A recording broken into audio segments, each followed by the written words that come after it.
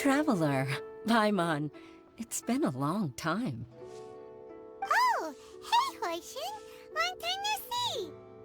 Fancy meeting you here. How's work these days? Thanks to the help of people like you and colleagues like Ganyu, better all the time. But I've been feeling distracted at work lately. I just feel constantly agitated. It's a long story. But my father, he's thinking of stepping down from the Tianshu position due to health issues. Huh? What's wrong with Uncle Tian? Nothing specifically. He's not unwell. He says he's just increasingly low on energy these days. He's always said, old age comes for us all in the end. Still, I just can't help but feel a little emotional watching it happen to him. Anyway, my father's currently on the second floor of Yangsheng Tea House. Why don't you come pay him a visit with me? He seems very fond of you too. I'm sure chatting with you will make him very happy. Sure, let's go. Try this time.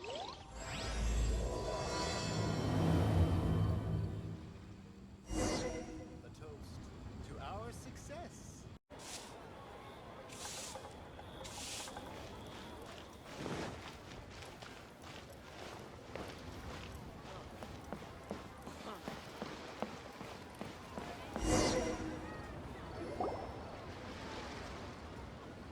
Uncle Tian, we're here to chat with you. Oh? What a lovely surprise. Welcome. Qixing, why don't you go downstairs and get the shopkeeper to make us a fresh pot of tea?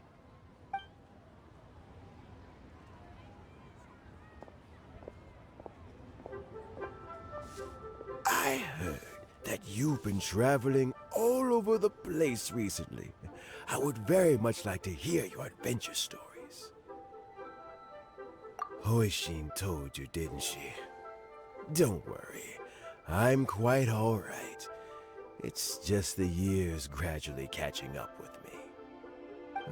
As I grow older, I'm starting to find that with many things, though the mind is willing, the flesh is weak.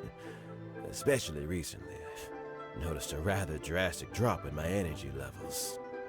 I am still very much in good standing as the Tianshu today. Nevertheless, I wish to pass on the position before my mental acuity begins to decline beyond redemption. How difficult is it to transfer the Tianshu position? Oh, well, you see, the Tianshu is a rather unique position among the Liyue Qixing. Historically speaking, the Tianshu rarely appears in public. We stay behind the scenes, planning and giving advice, so a public selection process would not be suitable. We also want to keep any prospective Tianshu candidates free from influence by outside forces, so we tend to be as discreet as possible in their assessment and appointment. For these reasons, the incumbent Tianshu typically recommends their candidate of choice, and this is then approved by the other Qixing members. So in other words, you pick someone, and then Lady Qixing, Lady Ningguang, and the other Qixing appoint them? Correct. Unfortunately, due to my health, I won't be able to assess every candidate myself. Not to despair, however, because I found someone exceptionally capable to act on my behalf as assessment officer. In fact, I believe you recently became acquainted with her yourself. Oh? Who is it? I'm heartbroken. I thought it might take you a little longer than this to forget all about me. It's Yelan! Jackpot. Uncle Tian here asked me to assess 3 candidates for him. Fancy joining me? You'll be among the first to get to know the next Tianshu. Might be a good opportunity for you. What do you think? Paimon so too. It can't be a bad thing to be on good terms with a new Qixing, right? Alright then. Though, I gotta say, Uncle Tian, you say you're into behind-the-scenes planning? My work's of the covert variety too. Don't you think I might make a good Tianshu? Huh? Yelan, you want to be the next Tianshu? I'm not opposed to the idea, but I suspect Ningguang wouldn't let you go very easily after how long you've been working together. So, how about this? If your investigation reveals that none of the other candidates are qualified for the position, I'll recommend you for the job. Deal. Well, you guys take your time. Everything's all set for the assessments to go ahead. Meet me on the first floor when you're ready. Until then, have a pleasant conversation. Oh, and no need to pay for your tea. As the new owner of this fine establishment, this runs on the house.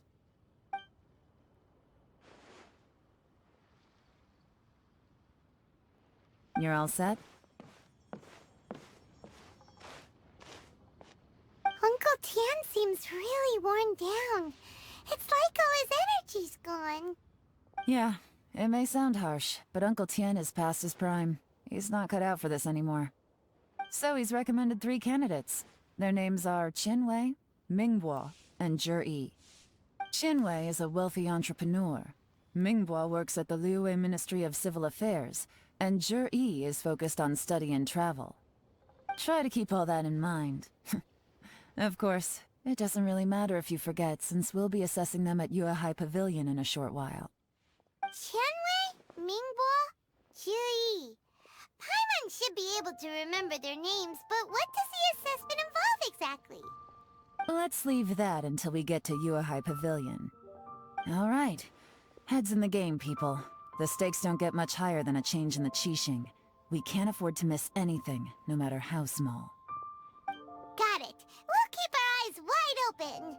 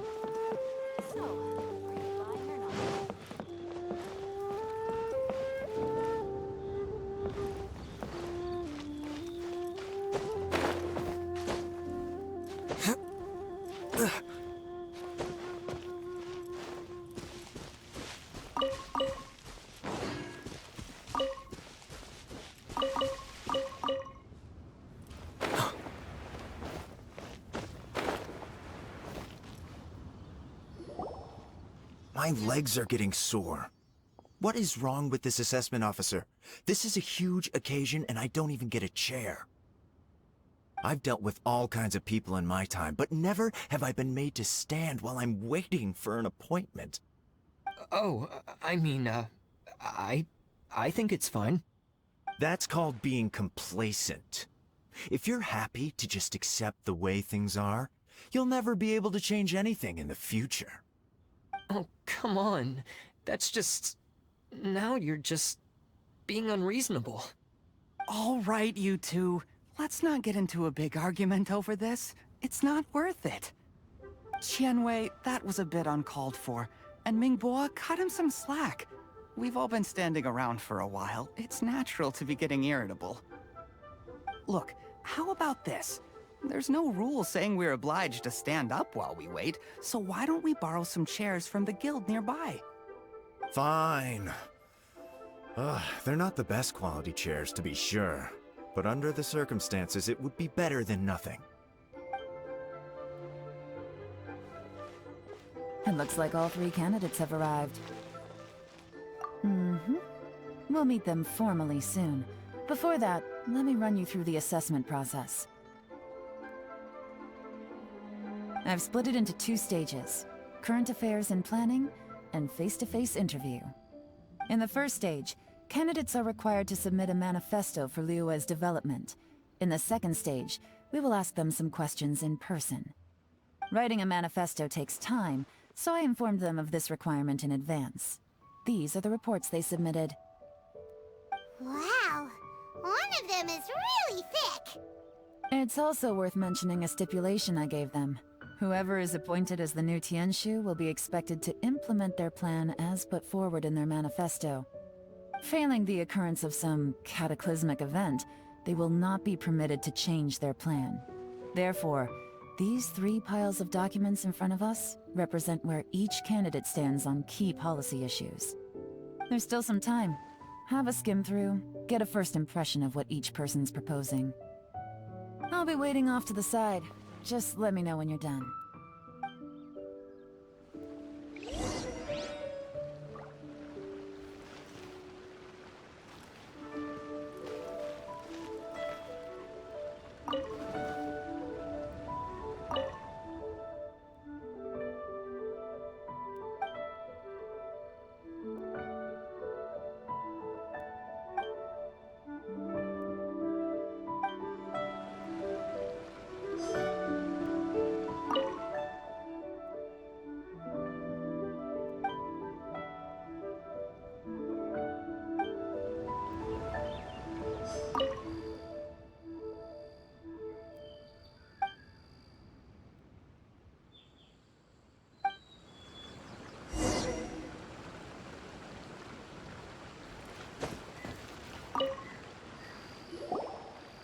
Finished, huh?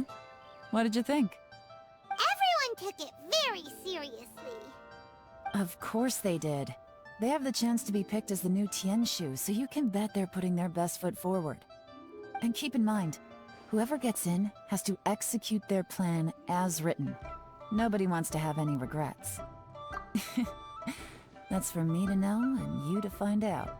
We can talk more after the interviews. We'll see the candidates now.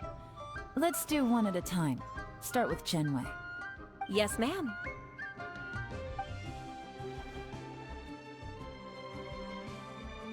Oh? So you two are the assessment officers, are you? I had assumed that given the great import of this situation, Lady Ningguang would perhaps be assessing us in person. I certainly hadn't imagined I'd be seeing 2 entirely unfamiliar faces. I trust you've read through my manifesto? I'd be more than happy to clarify any details you found difficult to grasp. It was written with an expert audience in mind, after all. Mind your tone, mister. Relax. It wasn't intended as a personal slight against anyone in particular. I was simply stating a fact. Cloud Retainer? You know this Adeptus? Oh, yes, I remember now. You must be the traveler that people are constantly talking about. With your sterling reputation, you must have a respectable level of erudition. Perhaps you will be able to understand the concepts I have put forward. Although I shouldn't get my hopes up. Oh, is it my turn? Yes. Please introduce yourself. I'm, Mingbo. I work in the Ministry of Civil Affairs. I've worked there for, 9 years, 5 months, and 3 days. In that time, I've handled, 2,347 cases. I have 12 active cases at the moment. They should be concluded in, 16 days? My current work is related to urban planning, and I'm also responsible for, auditing the accounts. To be more precise, there are 3 parts to the accounts, namely... Is it just Paimon, or is he not very good at public speaking?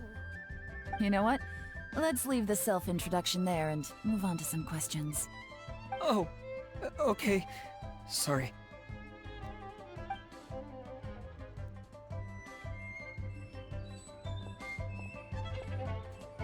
Hello. Not gonna lie, I'm feeling a little nervous. What would you like to know?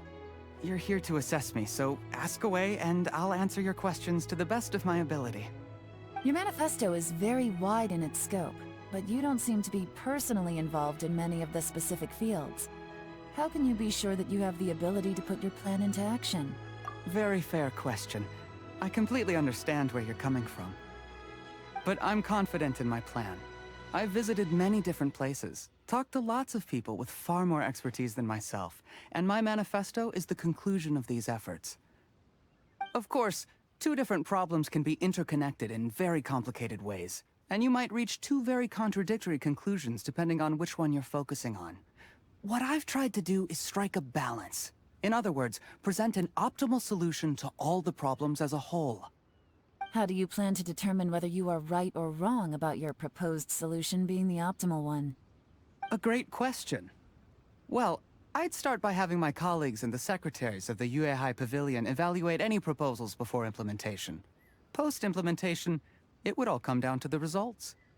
If it turned out that my judgment was to blame for poor results, I would take responsibility. Nice answer. All right, next question. He seems like a great guy. Everything he said was thoughtful and logical, and he was just a pleasure to listen to. Here's my take on what we just learned. As you saw, Qianwei is highly knowledgeable. He proposes many excellent ideas in his manifesto which effectively target the big issues. But he is very proud and incredibly stubborn. He doesn't care much about other people's feelings. Mingbo's plan is more thorough and more measured. You can tell he's meticulous in his work, very detail-oriented. But he and Qianwei are otherwise polar opposites. Mingbo is not very articulate and comes across as very timid in conversation. Perfect summary! Paimon couldn't agree more! You're good at this, Yelan. Last but not least, Yi. His manifesto is full of pertinent details, his methodology is sound, and his proposals cover a broad range of fields, which is quite a rare feat. The depth he goes into in each and every area means it can only be a product of painstaking work. Plus, he is modest and good at dealing with people. But what really interests me is that many of his views happen to coincide with Uncle Tien's. Having someone like Yi take the position would certainly put Uncle Tien's mind at rest. Great! We'll see. Let's go back and report to Uncle Tien.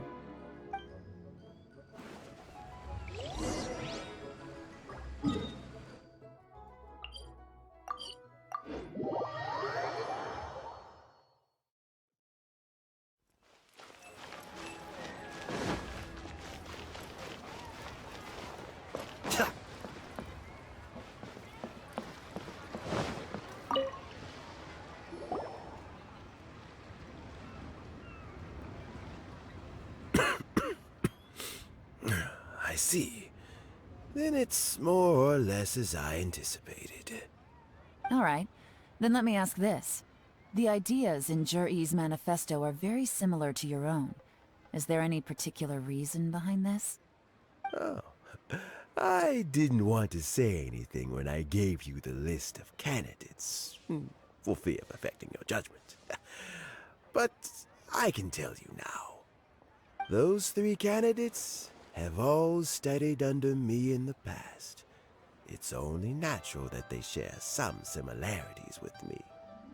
But Qianwei went on to focus on his business, and Mingbo has always been occupied with his work at the Ministry of Civil Affairs. Of all of them, Yi was with me for the longest duration. Whoa! So how did you get to know them all, Uncle Tien? Qianwei was referred to me by an old friend. Mingbo came to my attention in the course of my work. As for Yi, I was pure happenstance. We first met while fishing. Gradually, as we got to know each other, we started discussing all sorts of topics. Yi came from a poor family, and his parents died when he was very young. But he was a gifted student and a fast learner. He reminded me of a younger version of myself. So I started out giving him a few words of advice when we were out fishing, and noticed how quickly he got on. Quite. And now, all of a sudden, he's grown into a mature young man. It's a joy to see, but it also gets one thinking. The young are growing up, and I am growing old. How time flies. No one can escape the cycle of life.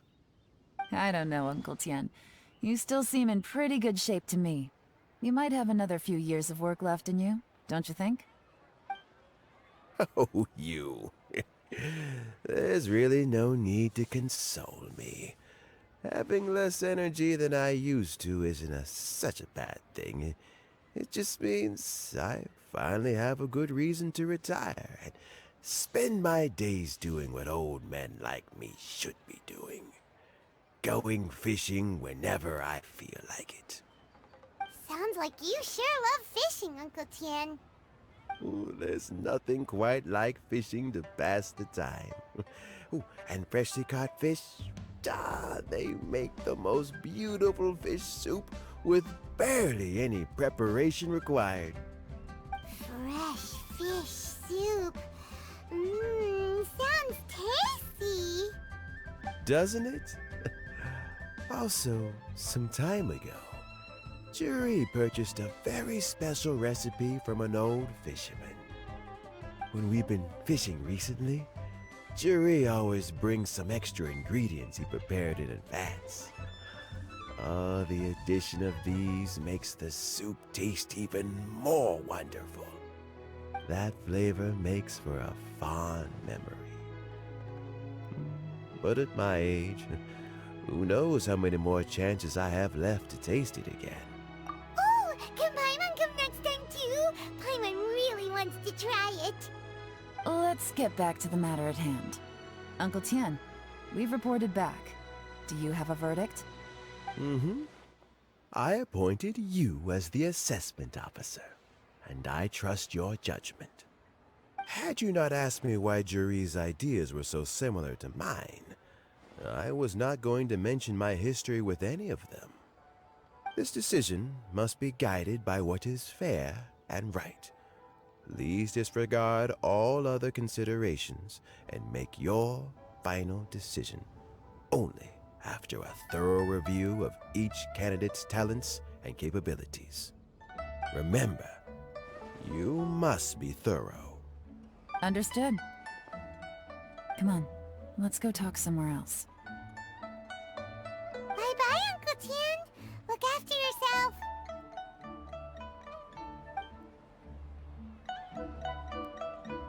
So, it's gonna be Juri, right? His manifesto was written well, and he's the best speaker. Easy. Let's not rush. There's no time limit for this assessment. Huh? So, are you gonna give him more tests or something? No, nothing like that. The assessment itself is complete. But let me give you a word of advice. Things are not always as they appear. The biggest no-no in intelligence work is to only get information from the person of interest themselves. The truth is almost always hidden beneath many layers of deception. You have to get information through many different channels.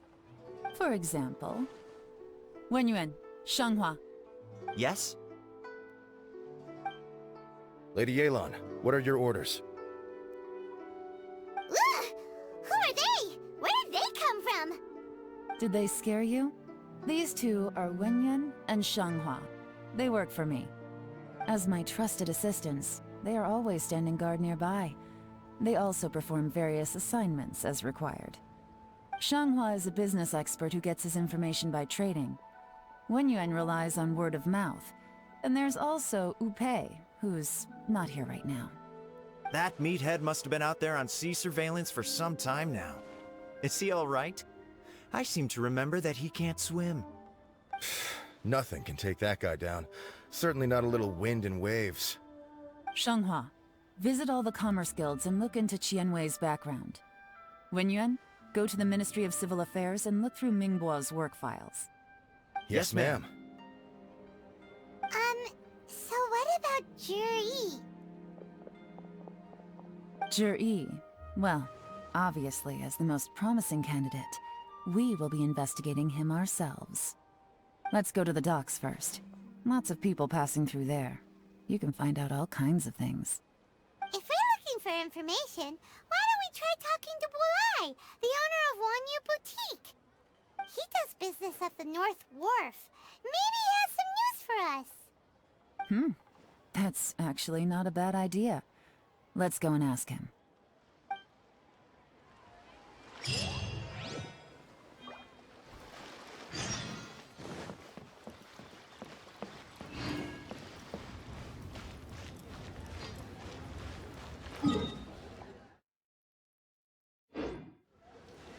The key here is consumer psychology.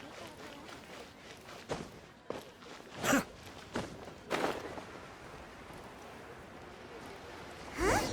What's Bulai doing here today?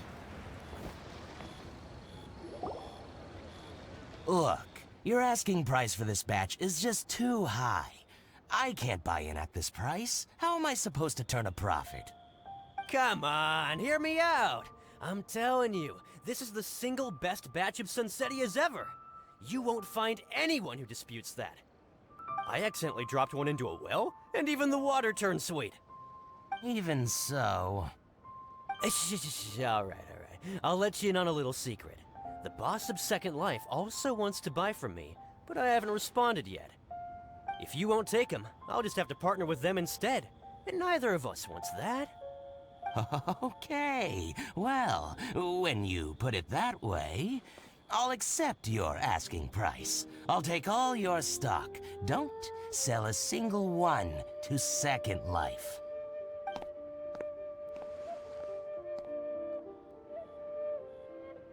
Oh, what are you doing here? And to be clear, these Sunsettias are mine. I got to them first. Don't get any ideas. Actually, we want to ask you about a guy called Juri. Have you heard of him before? Juri? Yes, he's quite well known. I've heard a story about him. They say he was born into poverty. His parents died when he was young, and he was treated cruelly by the local community. One of his neighbors was terribly rude to him all the time, but Juri never retaliated. And when his neighbor went bankrupt, he even helped support the family. He returned cruelty with kindness, injustice with peace offerings. A gentleman of talent and character, and... oh, how did I not notice him sooner? In fact, maybe I'm not too late. If I could hire him to be the brand ambassador for Wanyu Boutique. Oh, he sounds like a decent man. We can finally breathe a sigh of relief. Why are you asking about him anyway? You aren't looking for a brand ambassador too, are you? Well then, in that case, the higher bidder takes the...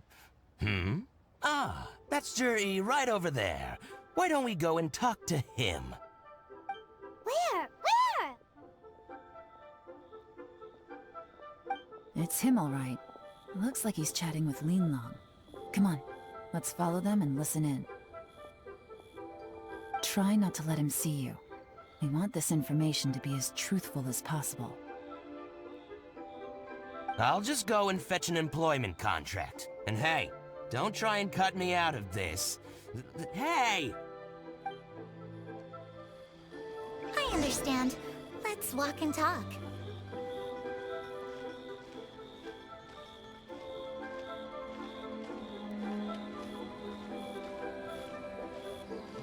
So, you were looking to buy a wineware set? Oh, now I can see that you're a connoisseur, so I won't bother trying to con you. I trust you understand our shop quite well?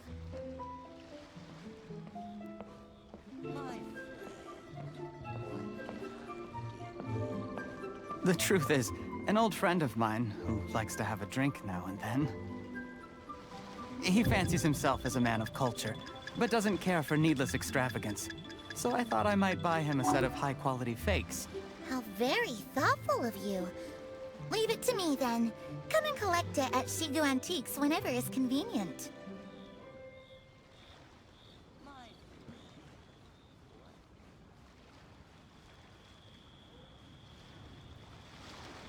Thank you very much, Miss Linlong. It's my pleasure, Mr. Juri. These days, it's quite rare for someone of your standing to still keep up with their old friends. It's nice to see. I'll be sure to pick out a good set for you. You can count on me.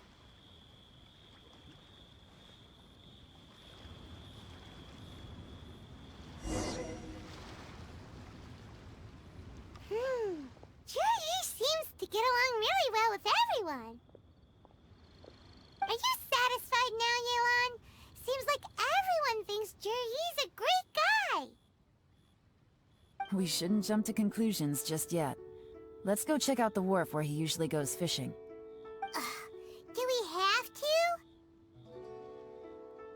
Wait, you're not just trying to dig up some dirt on Juri because you want to be Tianshu yourself, are you? Maybe I am. Maybe I'm not. But hey, if I do become Tianshu, I'll look out for you guys. You'll be able to try all the finest food for free. How does that sound? We will? Well, come on! Off to the South Wharf we go!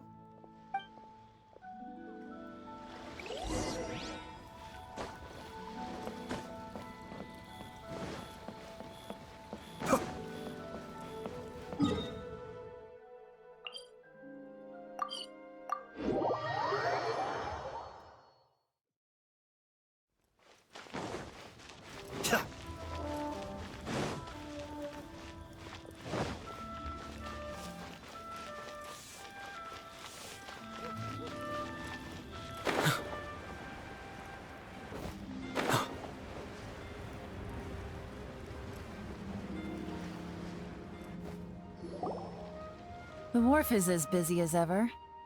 I hear the anglers here sometimes sell their fish to the nearby fishmongers. Let's see what Uncle Soon has to say.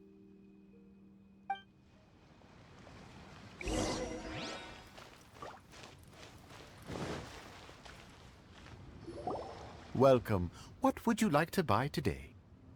Sorry to interrupt. We're actually members of the, Liyue Anglers Association, and we just wanted to ask a few questions about someone. We've heard about this young man called Juri, who's supposed to be a fantastic fisherman. Just wondering if you happen to have heard of him? Whoa! Yelan made up a whole fake identity without batting an eyelid! Ah, yes, Juri. He's been making quite a name for himself recently. I've got some friends who travel all over the place, and they tell me everywhere they go they meet someone who's heard of him. Apparently, he had a rather tough time growing up. Had to work several jobs alongside his studies to make ends meet. How does that saying go? What doesn't kill you makes you stronger. Well, if there's anything to that logic, he's sure to be phenomenally successful one day. Yeah, we think so too. But I'm afraid your Anglers Association might be in for a disappointment. Oh? Why's that? He's good at a lot of things, but fishing isn't one of them. He fishes at the wharf and sells what he catches to me on occasion. His catches are always mediocre. Not terrible, but equally nothing to write home about. If you're looking to recruit some new members, though, I do know a few top anglers I could put you in touch with. That sounds fantastic. I've got a couple of other things to attend to right now, though, so why don't I come back some other time and we can chat over a drink? Sure thing. See you. Everywhere they go, they meet someone who's heard of him. Come on, let's keep asking around.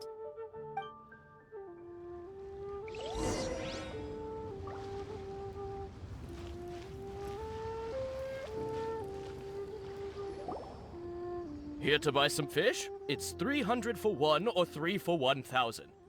You better hurry. When they're gone, they're gone. Hello, we're from the Society for Fish Price Research. We'd just like to ask a few questions. Wow, she switched identity again! Society for Fish Price Research? I haven't done anything illegal. Stay out of my business. Please, don't worry. We're just here to conduct a simple survey. We've heard about a certain Juri who's been selling fresh fish at low prices in this area recently. Do you know anything about this? So this isn't about me. You should have said something, you know. I know the guy. I can tell you what I know. I haven't heard anything about him selling fresh fish at low prices, but it wouldn't surprise me if it was him. Oh? Why is that? Because he's so poor. His parents died when he was very young, and his alcoholic father still owed a huge amount of debt. No one wanted anything to do with him. He was still a kid when he first came to the wharf. His clothes were ragged, and he had a bandage wrapped around his head. And he managed to survive, thanks to Uncle Tien, who gave him some food. But still to this day, he doesn't have a lot of mora to his name. I mean, he can afford to eat and everything, but you'll often see him haggling with others over just a few mora. So, I wouldn't be surprised to find out he's been selling a few fish. It's not like he catches much anyway, so it's not going to affect my business. Don't tell him I said that. You'd rather he didn't know? Well, I spoke to him once, briefly, and I just had a feeling that he really cares what other people think of him. I think he has pretty low self-esteem, but hey, it's hardly my place to say anything. What he's achieved already puts most people to shame. And nobody's perfect. I just wouldn't want to upset him, that's all. I see. Well, thank you for sharing that with us. Not a problem. And just for the record, there's absolutely nothing wrong with the price of my fish. The more times you say it, the less convincing it becomes. Doesn't have a lot of mora to his name. Okay, let's keep going.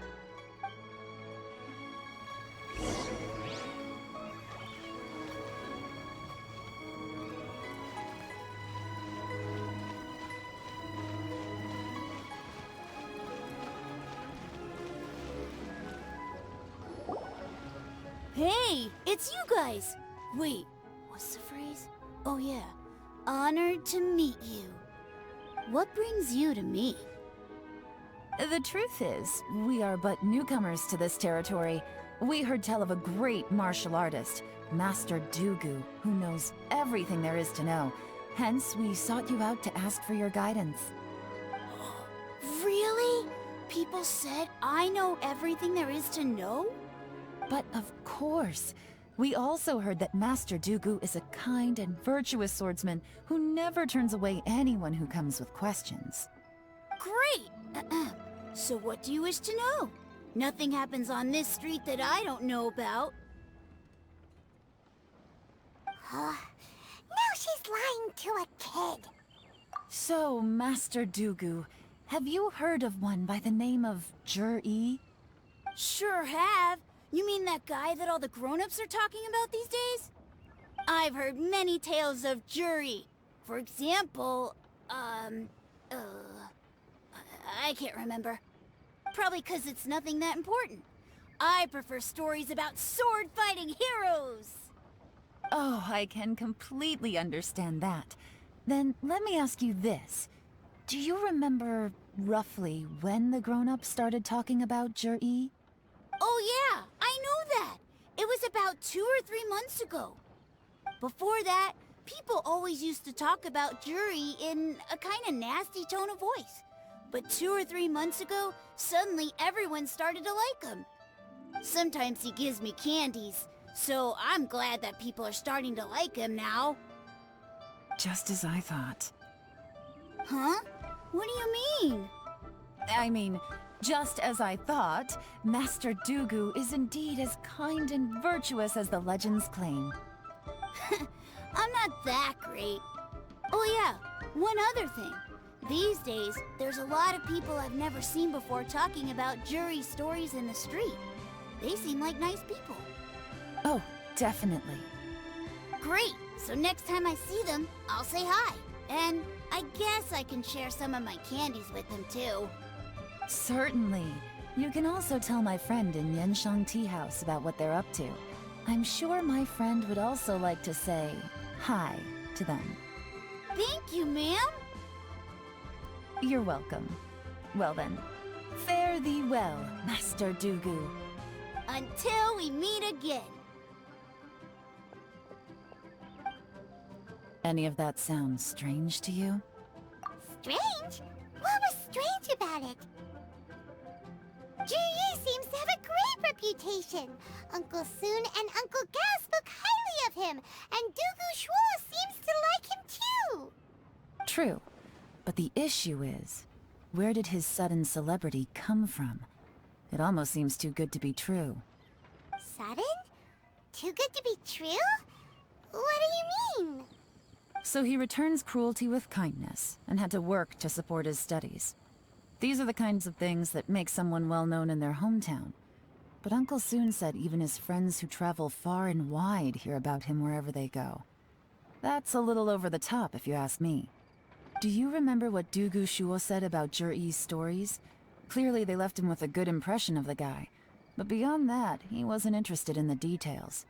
That's the reaction I would expect from any normal person. Plus, there's the fact that all this praise of Yi has only been happening within the last 2 or 3 months. His childhood, his studies, the thing with his neighbor. None of these are recent events. So why are these stories only going around now? When you put it like that, it is kinda strange. Of course, if that's all there was to it, I wouldn't look into it any further. Yi was born into a poor family. Paying people to get his stories out there is within the rules of the game as far as I'm concerned. The problem is, do you remember what Uncle Gao said about him? He's stayed poor his whole life. Everything he's earned he's either spent on studying, traveling, or paying off debts. I don't think he has the mora to pay for a publicity campaign. Right, and that changes everything. It can mean a powerful faction is trying to gain influence over the Liyue at Qixing. That's the worst-case scenario. But all too often, the most pessimistic speculation turns out to be closest to the truth. Someone's trying to gain influence over the Qixing? That sounds serious. What should we do? Even if we asked Yi about it, surely there's no way he'd admit it. First, we need to find out who's supporting him. Don't worry, I've got a plan. Remember the current affairs and planning stage of the assessment? Since the successful candidate is duty-bound to implement their plan after taking office, their manifesto tells us their stance on key issues.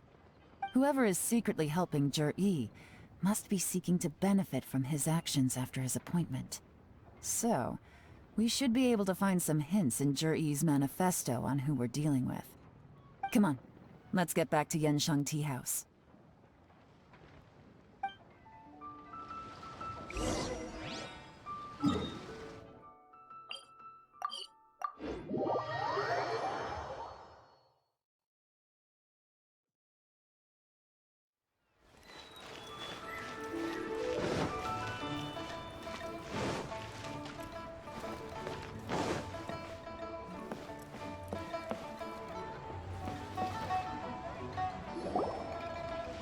Yi's manifesto covers a huge range of topics. Looking for details that don't add up will be like trying to find a needle in a haystack. I'll divide the reports into 2 piles. You take one, I'll take the other. When we're finished, we'll put our heads together. Officially, the assessment is already over, and I'll be expected to announce the results before long. So we have to get to the bottom of this as quickly as we can. Yikes! We better hurry! Whatever else Uncle Tian might think of Yi, the fact remains that he's one of his favorite students. Any evidence he's left is not going to be immediately obvious. We'll have to look carefully and think critically.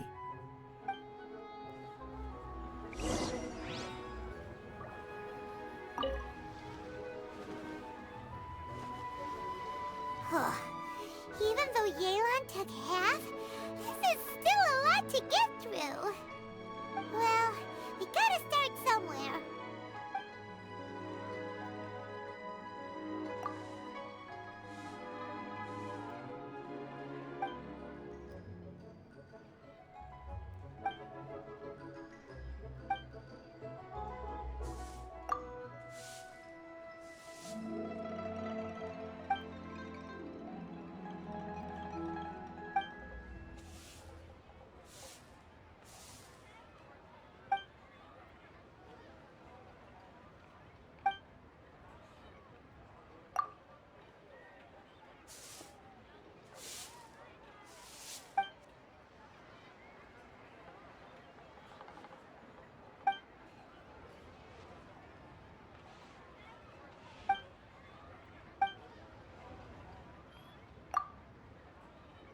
This reading is giving Paimon a headache. Let's take a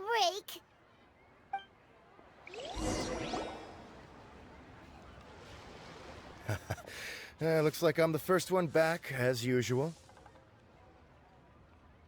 Oh, hey! It's one of Yelan's little helpers, Shanghua! If you're back, that means you finished investigating Qianwei, right? You betcha. I visited all the commerce guilds and gathered a wealth of information. Every time they asked me to leave, but I always had another trick up my sleeve. Don't drag this out. Just tell us your findings. Yes, Lady Yelan. To summarize my findings, most people who've had interactions with Qianwei will start out complaining about how proud and arrogant he is, but then go on to give a generally positive appraisal of him. The young master of the Feiyun Commerce Guild said that Qianwei appears arrogant, but he's very scrupulous in the way he works. Once he signs a contract with somebody, he treats them fairly regardless of their background. Who'd have thought? Is it possible that his reputation is fake? Is there any way you can check the accounts of the businesses under his name? In theory, that should be very difficult. But here's the thing. I asked around and found out that almost all of Qianwei's accounts are open to the public. Where he buys from and sells to should be confidential business information, but he doesn't seem interested in protecting it at all. Qianwei often sees business opportunities that others don't, but once he's made enough mora off of it, it's like he gets sick of it and releases all of his trade secrets. It's like he wants people to know that they still can't beat him, even if he shares all of his secrets. The fact that someone like that can still make mora is pretty infuriating when you think about it. What a strange guy. It's like he's not doing business to make mora, but instead... To validate his theories. No wonder his manifesto contains so many insights. It's all the result of his first-hand experimentation. I'm back! Huh? How come you're here? Why do you think? Obviously, because I possess superior skills, and am always one step ahead of the competition. Well, when you're the competition, at least. You... whatever. I'm not getting into an argument with you. If I hadn't had something else to take care of on the way, I would have been back long before you. Lady Yelan, I have finished investigating Mingbois. Well, we're all ears. The Ministry of Civil Affairs says that Mingbois struggles to get his words out when he gets nervous, especially when he's chatting with strangers. But after a few days of getting to know him, you can pretty much have a normal conversation with him. On the whole, the feedback from the Ministry of Civil Affairs was very positive. He always considers the things that everyone else overlooks. In your opinion, was the Ministry of Civil Affairs' appraisal of Mingbois at all exaggerated? I don't believe so. Mingbois is someone who has slowly but surely earned the reputation he has today. According to Miss Yu, the Ministry often gets Mingbois to take a final look at projects before they're implemented.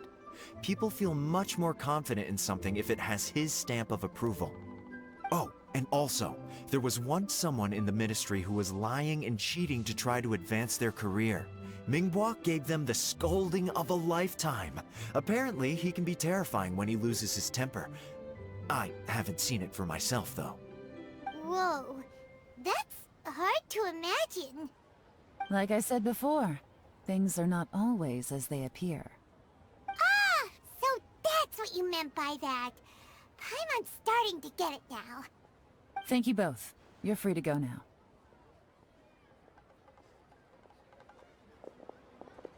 So, have you finished reading the manifesto? We still have a bit left.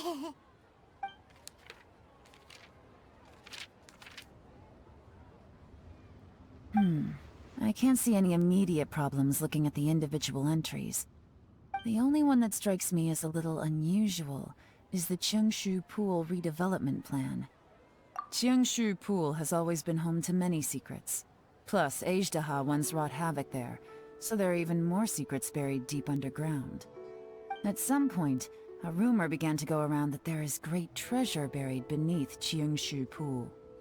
A long time ago, with the approval of the Qixing, A mining team conducted an exploratory excavation there. So, did they find any treasure? None. The ruin was completely impenetrable. The only way they could have gotten through the solid rock would have been by blowing it open with a special kind of explosive. The technology wasn't mature enough at that time, so the excavation project was shut down and the treasure became a mere legend. Zhi-Yi's manifesto focuses on solving problems, and this treasure hunt seems extremely risky. It seems out of step with the rest of his plans. Still, this one fact alone doesn't tell us much. Everyone wants to get their hands on this treasure. The treasure hoarders, the Fatui, even local Liyue factions. Did you find anything? Excavation? Project? Treasure? Did we read anything similar in our half of the manifesto? Oh yeah! Zhi said the Blackcliff Forge workers should get right of first refusal if any suitable projects come up. Did he now? Well, that makes everything much clearer. So Zhi wants the Blackcliff Forge to excavate the treasure of Qingshu Pool. Does that mean the Blackcliff Forge is Zhi's secret supporter? No, not likely. I've looked into the Blackcliff Forge before. They aren't involved with any powerful factions at present. They do possess some specialized explosives, but it would seem more trouble than it's worth to put so many resources into a risky project like this. Still, since the clues are pointing toward the Blackcliff Forge, we should see where they lead. We may well find something new. Shenwei and Mingbo both turned out to be completely different than what we thought. What about Zhi? Is there another side to him too?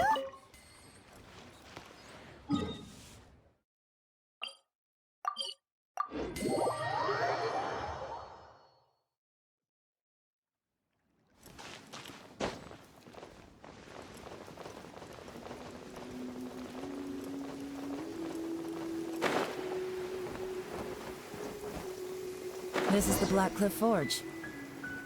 Let's look around for clues.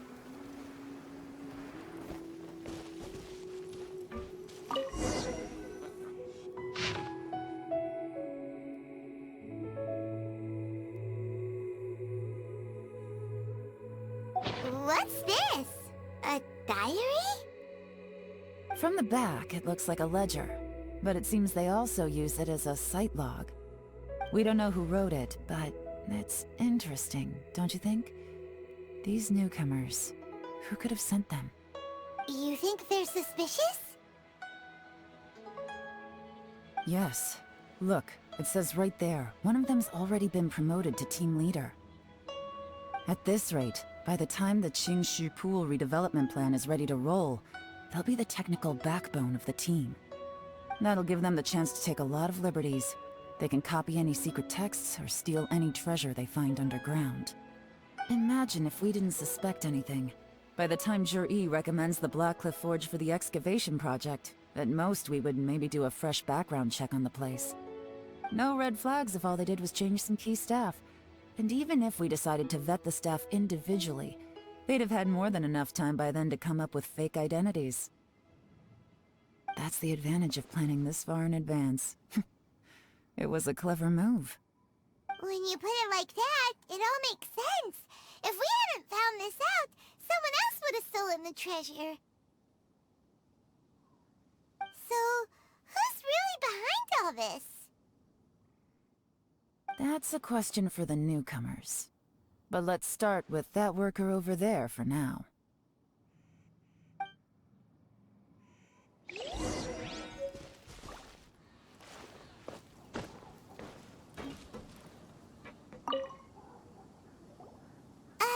Excuse us. We want to ask you about the newcomers. You want them to teach you or something? I gotta say, these newcomers are in tip-top shape. Fast learners, too. They're picking up all the skills unbelievably fast. My only complaint is that they're always going out drinking at night, but they never let us join them. I guess they just need some time to adjust. I'm sure we'll get to know each other over time. They go out drinking. This area isn't exactly renowned for the nightlife. I'm guessing it's a long trip to the nearest tavern. You got that right. They tell me they go all the way back to Liyue Harbor to drink at Wanmin Restaurant. It rained after work today, so they actually stuck around at the site for a while. But as soon as the rain stopped, they went out drinking again right away. Hey, you're only young once, right? I say, if they can hack it, let them at it. Interesting. Let's go talk somewhere else.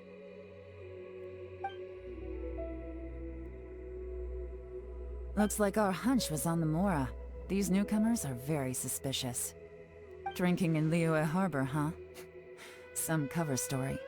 I'll wager they've been going to intelligence updates. Good thing it rained today. It means they'll leave footprints. I doubt they'd give themselves away that easily, but let's follow them and try our luck.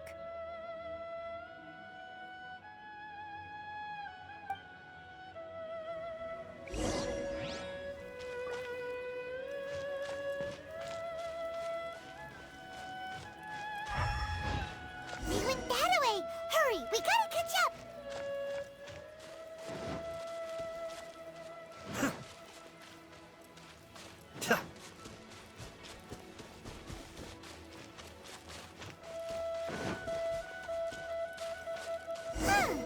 These footprints are heading towards Liyue Harbor.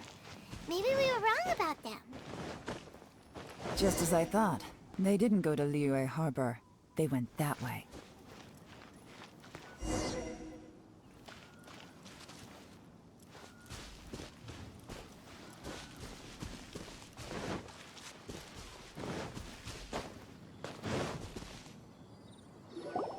The footprints stop here. But, judging from the direction, I'm guessing their destination was that abandoned house.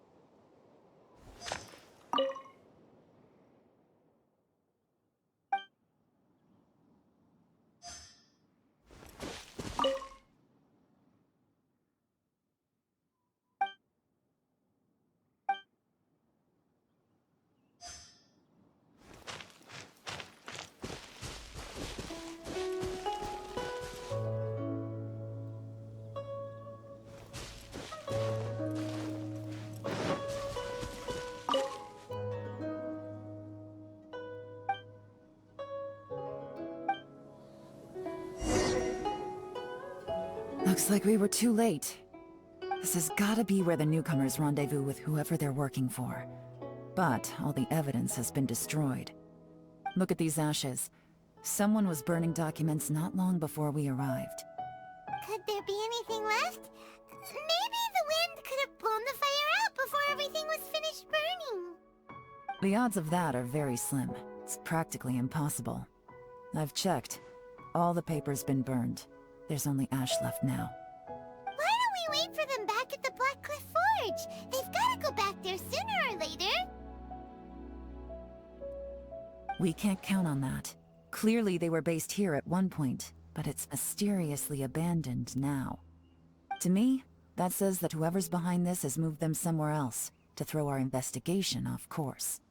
Darn! Guess this is where a trail runs cold. Make no mistake, the purpose of our trip wasn't to find any solid evidence. We just need to figure out who's behind Jur-E. I smelled something peculiar the moment I came in. Those newcomers probably thought they'd be safe as long as they burned the letters. But what they failed to consider is that paper and ink from different regions produce different odors when they're burned. Really? Paimon can't smell anything. Do you smell anything? There is a certain place with a freezing cold climate, where there's nothing but ice as far as the eye can see. Some wealthy people there put floral fragrance in their ink as a way of injecting a little romance into their writing. When that fragrant ink is burned, this is the exact odor that it leaves behind. Exactly. The evidence will soon be blown away by the wind, so it's nothing we can arrest anyone with. But it's all I need. Now I know who we're dealing with. I can plan our next move. Lady Yelan! Oh, thank goodness I finally found you. I thought I'd never see you again. Who are you? Don't be alarmed. This is Upei.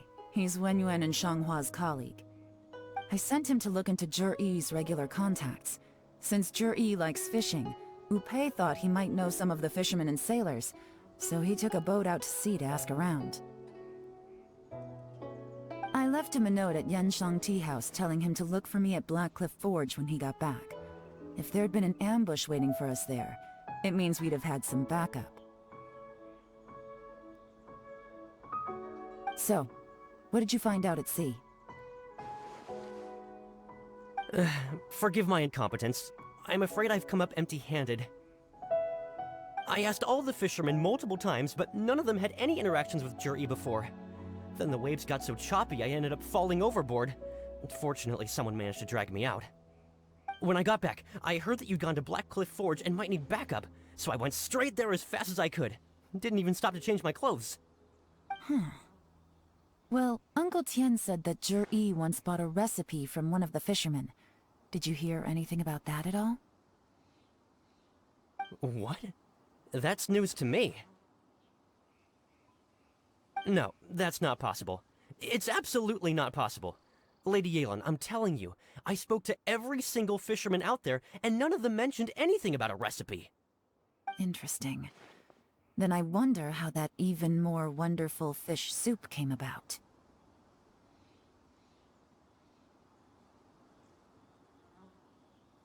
Fish soup?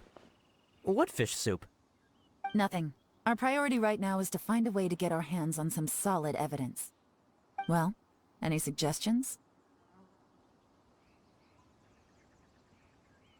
Not a bad idea. Upei, what do you think? Honestly, I've already tried following Zhi-Yi, but the guy's too cautious. Never meets with anyone suspicious. Okay, so tailing's out. No, we'll still need to tail him. But first, we need to do some groundwork. Groundwork? When you've worked in intelligence for a long time, you'll understand that no one can stay on high alert forever. Especially when he thinks he's about to win. Tomorrow morning, I'll announce his victory at Yuehai Pavilion. Take a guess what you think he'll do next. Be sure to arrive on time. You won't want to miss the show.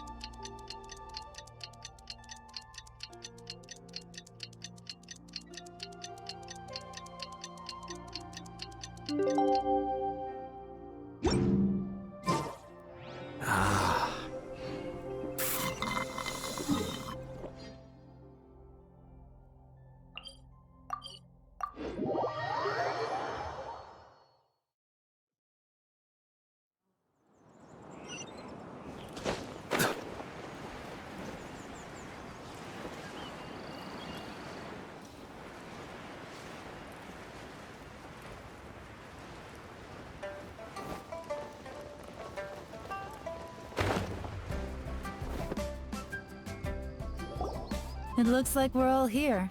Well then, time for me to announce the results of the assessment process. I won't drone on about the importance of the Tianshu role. Suffice to say that Uncle Tian entrusted me with the monumentally important task of assessing the candidates. And now, it falls to me to give him a satisfactory answer. All of us here know the score. Don't beat around the bush, just get on with it. Qianwei has many pioneering ideas, but some of his plans are lacking in detail, and he easily gets into testy exchanges with other people.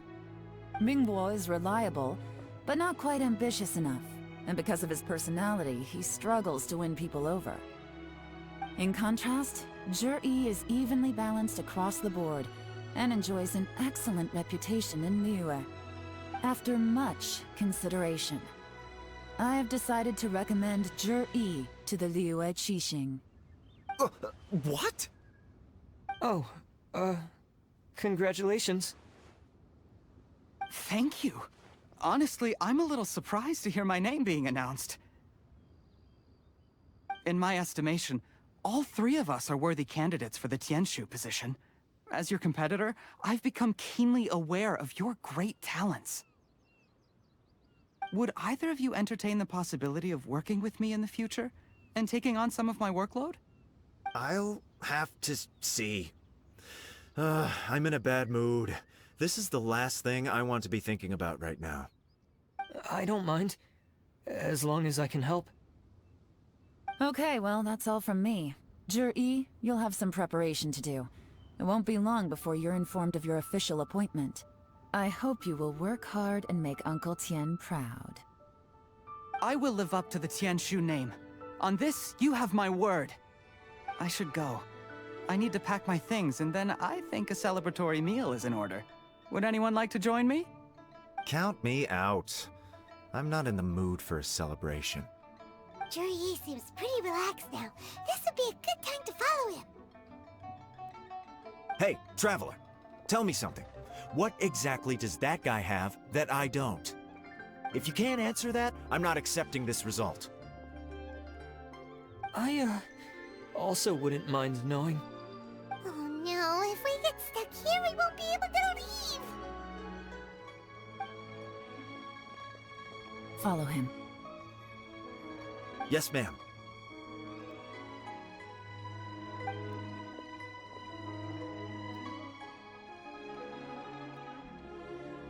We finally got rid of them! Lady Yelan, Zhi has gone towards Feiyun Slope. Follow him, quickly. So Zhi really sided with the Fatui? But Uncle Tien thinks so highly of him. Why would he do this? Difficult to say, but everything should become a lot clearer when we find him.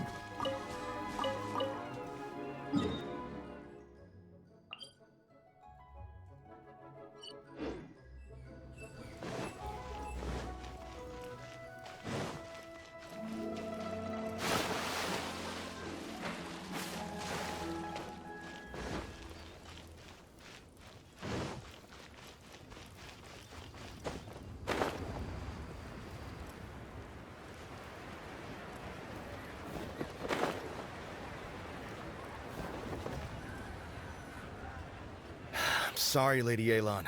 We lost him. He's too good at this. We weren't able to keep following him without being seen. How the heck did he manage to shake Yelan's subordinates? I guess Zhi didn't let his guard down. Still as vigilant as ever. No, Upei says he's much more relaxed than usual. Maybe it's just how he's wired. Perceptive enough to sense when he's being watched. How? Don't blame yourselves. Let's not forget he was trained by Uncle Tien himself. Evading detection is not an unusual skill for him to have. If I'd asked you to tail Uncle Tien, you'd have ended up at a dead end too. It's fine. So, where did you lose him? Xinyue kiosk. He only went in briefly. Upei and I were watching outside the whole time. A few moments later, a man dressed in a completely different outfit came out. Upei had a feeling that it was him, but we couldn't get close enough to check without blowing our cover. I figured that if we spooked him, it would undo what we've accomplished today so far. Another option would have been to arrest him there and then, but without any evidence, that would have been meaningless. So I stopped Upei, and I stayed here to wait for you while that meathead went to ask around in Xinyue kiosk. Good work. The fish didn't take the bait, but that's okay. As long as he's still swimming around, we'll find a way to catch him eventually. The key is figuring out what he's trying to achieve. Let's go to Xinyue kiosk.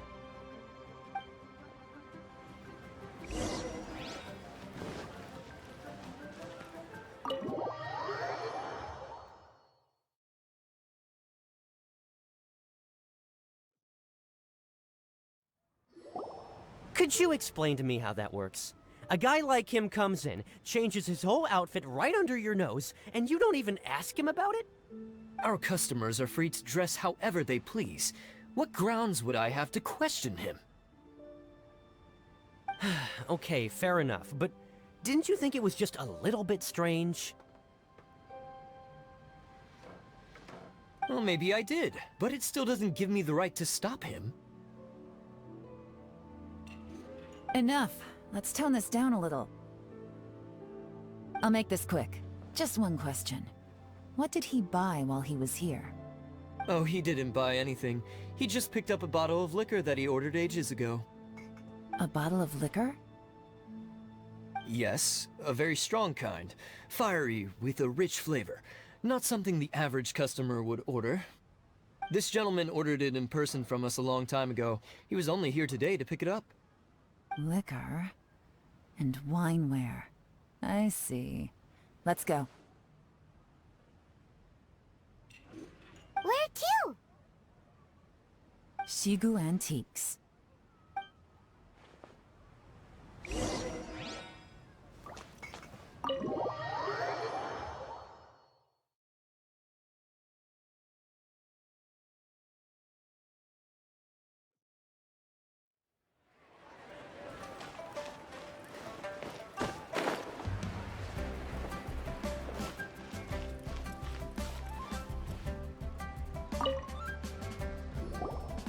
Hey, Miss Yelan. Sorry to bother you. Zhi ordered a wanware set from you not long ago, right? We're friends of his. He's been telling us how impressed he is with the quality, considering how affordable it was. So we just had to come and take a look for ourselves. Sure. Which model are you looking for?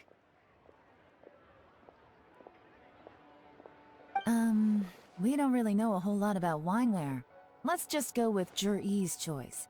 Would you be able to show us the one he bought? Zhi picked up his set not long ago. As a quality imitation of an antique wineware set, it has the look and feel of a luxury item. Just so you're aware, we don't have many of this model left in stock, and now that Mr. Zhi has taken one, I'm afraid it may encourage the price to go up a little. Don't worry, price shouldn't be an issue. I'm sure we can work something out. But I'm just a little hazy on one thing. Did Zhi's wineware set include wine glasses, or...? For this set, the wine glasses are sold separately.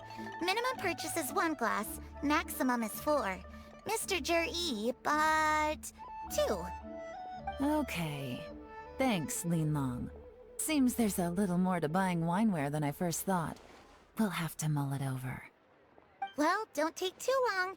We could sell out any day now. All right, see you next time.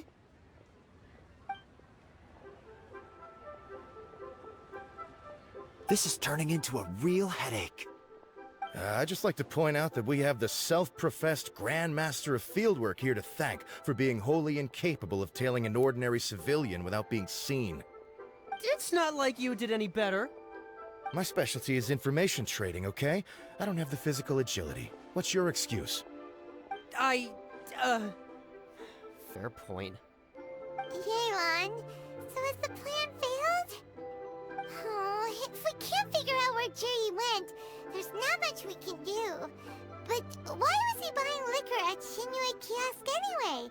To celebrate? If so, it's no ordinary celebration. What do you mean? First of all, Zhi isn't much of a drinker. On some level, he hates alcohol because of what it did to his father. If he was just looking to celebrate by himself, he wouldn't spend his meager savings on an expensive bottle of alcohol, let alone buy a pair of special wine glasses.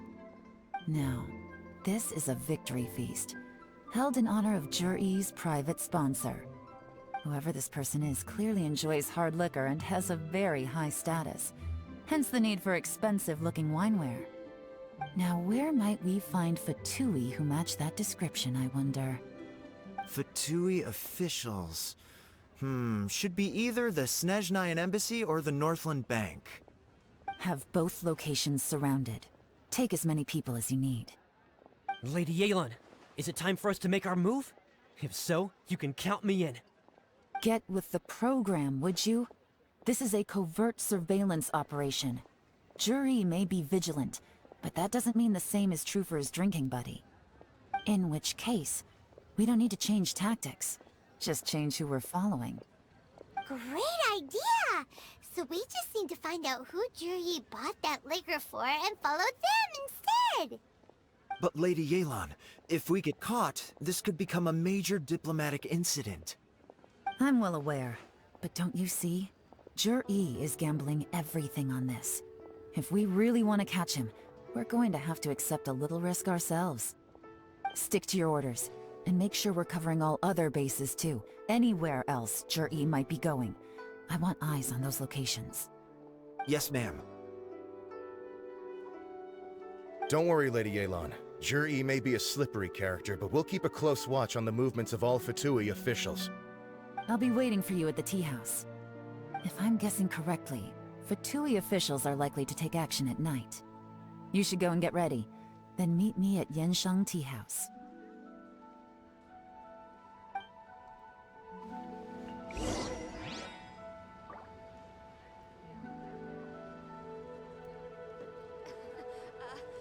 Join the Adventurers Guild. You'll have a blast.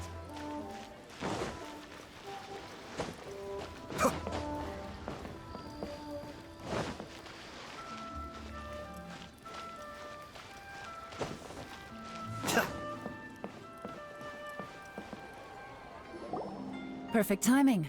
Wenyuan just sent word that the Fatui ambassador, Yusupov, just left the embassy alone. He's heading in the direction of Qingshu Pool. Qingshu Pool? That's the place Jury mentioned in his manifesto! It looks like that's where they've arranged to meet. Sensible choice, I'll give them that. Qingshu Pool is always crawling with monsters. Most people wouldn't dream of going there. It's one place they won't need to worry about being seen. Oh no, we gotta go get them! Let's go. If my hunch is correct, we just might hit the jackpot this time.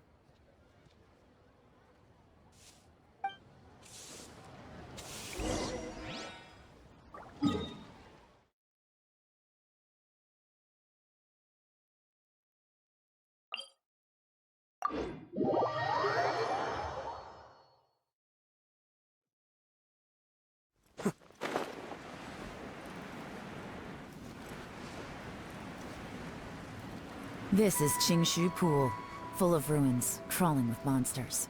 Anyone with any sense steers well clear of this place. I've looked into the place before. There's a worker's entrance somewhere around here. Follow me.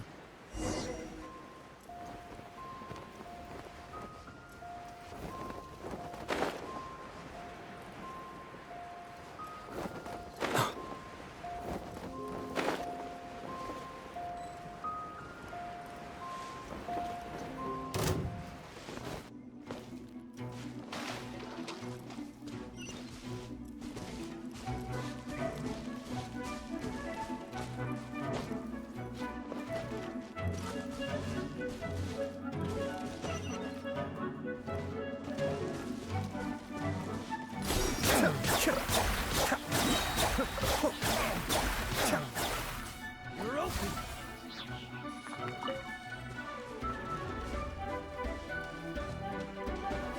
You're open. Be still.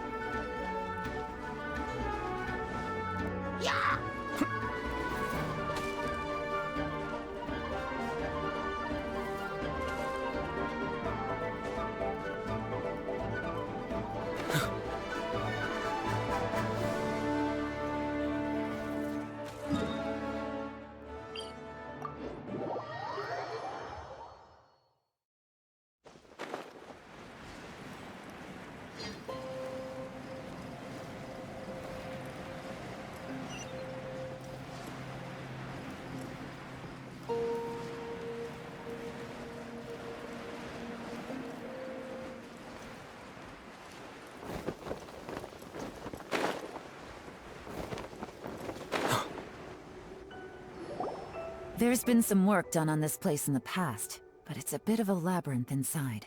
I can't guarantee we'll be safe once we're underground. The workers left an emergency access route. If we can find it, this will be a much easier journey. Still, be ready to fight at any moment. Any resistance needs to be taken out quickly and quietly. We don't want to attract too much attention. Don't worry, we're all professionals here. By the way, Yelan, where are your 3 little helpers at? They have other things to take care of first. We couldn't afford to wait for them, but they'll join us later.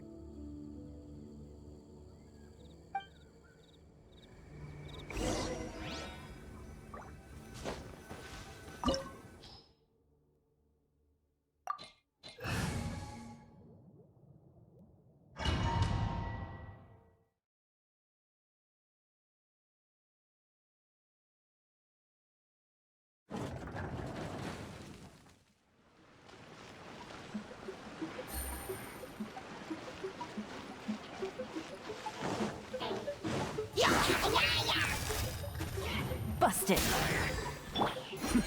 The depth's back! Cascade!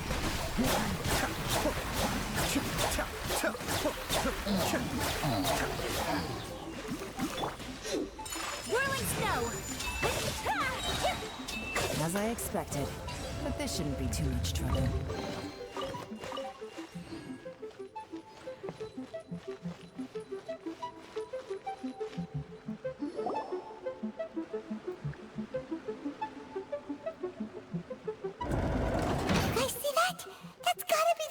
Ambassador here to meet Ji.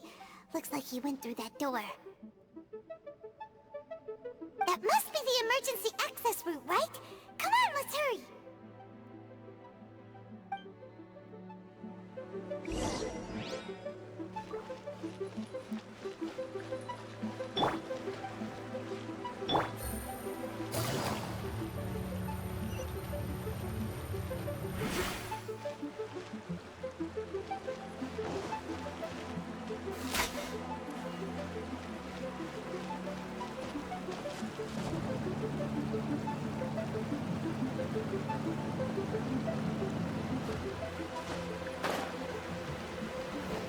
Take it easy.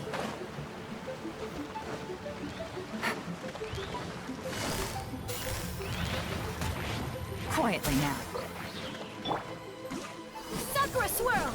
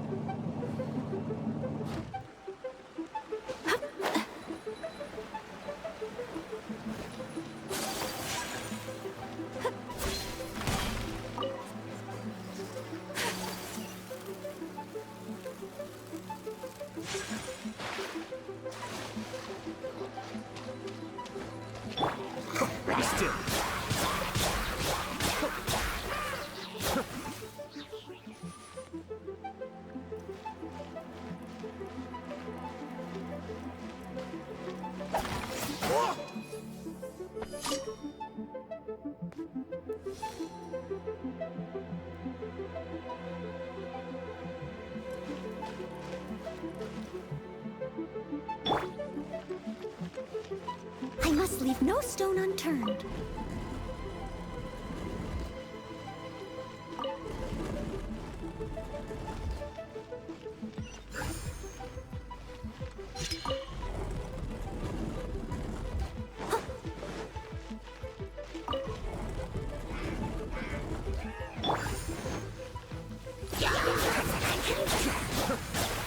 That's fucked up. I swear by my sword! Things are about to get dicey. Gotcha!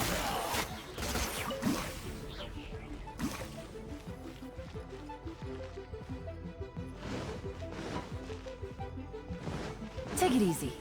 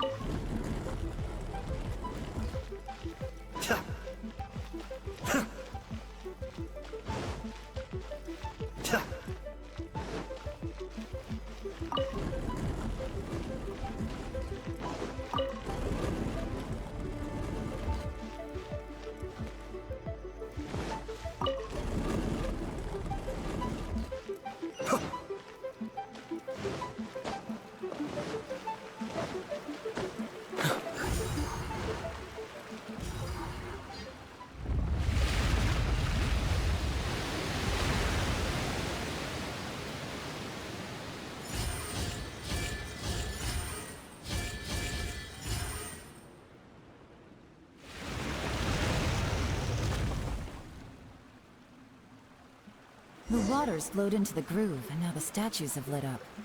Okay, now we should be able to move the statues.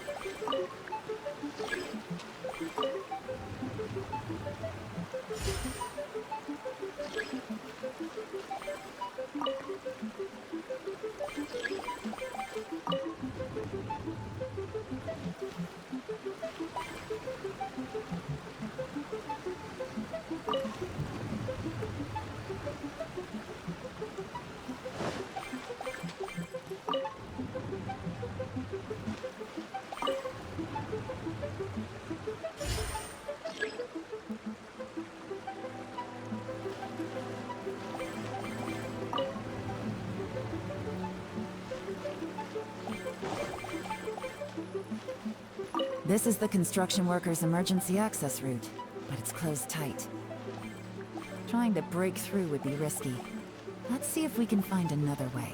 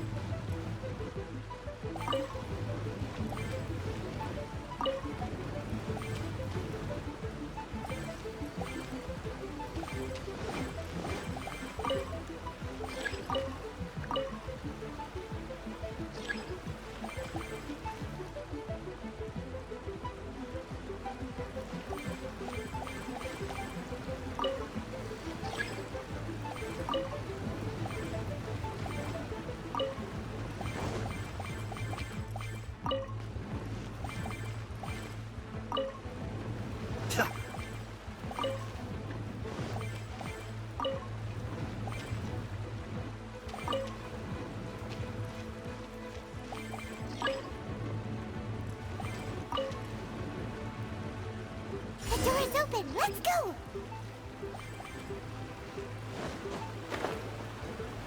We should be nearly at the bottom now. Let's wrap this up.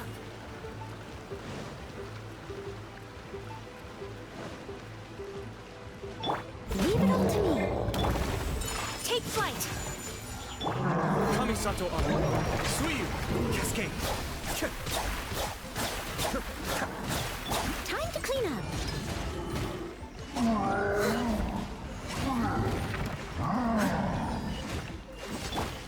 Whirling snow!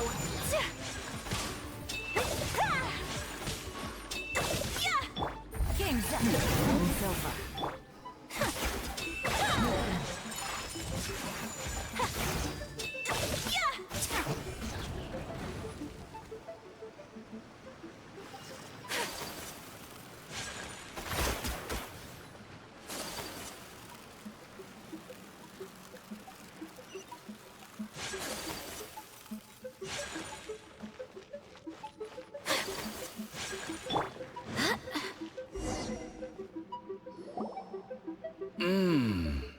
I can tell from the aroma that this is very fine liquor indeed.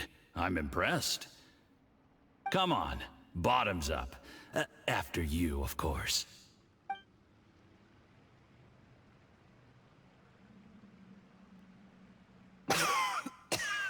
Oh, sorry. That went down the wrong way. I've never drunk anything this strong before. It'll take me some getting used to. You'll get there. If you want to stay friends with us, you have to drink with us. I'll do my best. You're more of a lightweight than I thought. Already struggling after one glass? I thought you were made of sterner stuff. You certainly kept it together when you were poisoning your teacher's soup. Come on, another round. Less talking, more drinking. Sure. You didn't leave me much of a choice, though, did you? Just the mention of poisoning sends shivers down my spine. I'm more timid than you realize. Every time I poisoned him, I had to hide away at home for a few days because I was so scared of getting caught. Look, I know it has not been easy for you, my friend. We appreciate all your hard work. But, I have to say, you really are quite a genius at poisoning people. I mean, the poison we brought from Snezhnaya is as strong as this wine, but you found a way to turn it into an imperceptible, slow-acting poison, and came up with the idea of delivering it through fish soup. What was it you said? Oh, yeah. You said the soup's fishy flavor neutralizes the pungency of the poison, and this process even makes the soup tastier as a result. How did you think of that? It struck me one day when I was fishing. I'm lucky it did. Otherwise, I'm not sure I would have been able to fool Uncle Tien. You have performed excellently. The Fatui will continue to provide the support you need to consolidate your position as Tien Shu. Of course, this is as long as you continue to do as we instruct. Aside from Qingshu Pool, we also have some other requests for you, which we will inform you of in due course. Don't worry. Whatever tasks you have for me, I will perform them diligently. Did you hear that? It was poison! That's why Uncle Tien hasn't been feeling well recently. It's all Jurye's doing. What a nasty guy! Seize him! Hold on. Did you bring a camera? If not, you can use mine. This is quite a scene. We have to capture it for posterity.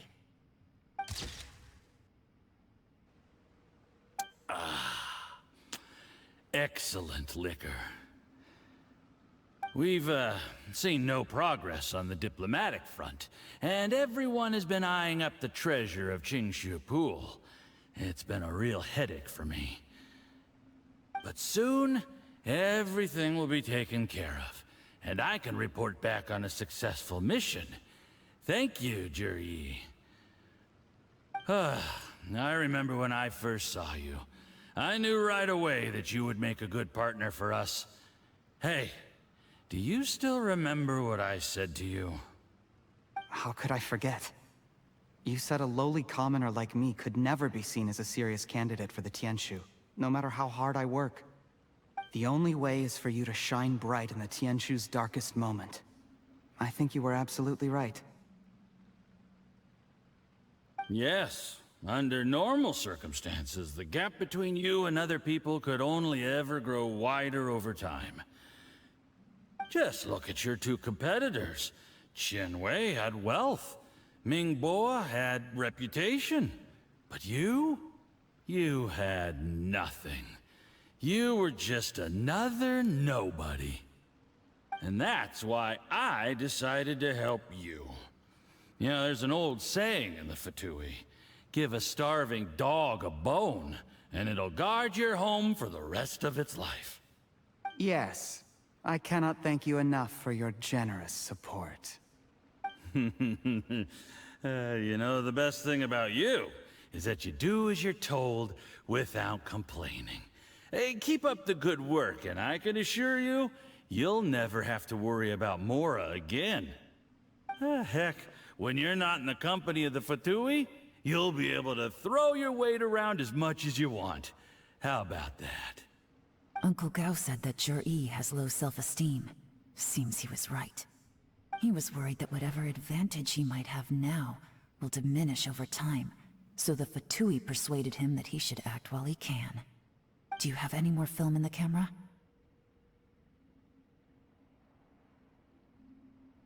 Then get ready to use it. Tonight's grand finale should be coming up any minute now. How well this goes for us depends on how Zhi plays his hand. Ooh, is there any more alcohol? Go on. Fill me up. I'm in a good mood today, and I'm gonna drink my fill. Make sure to get me home safely afterward. There's only a little left. Here, I'll fill your glass. If you like it, I can bring you some more next time. Whoa, this is the good stuff. It is great. Huh? What the?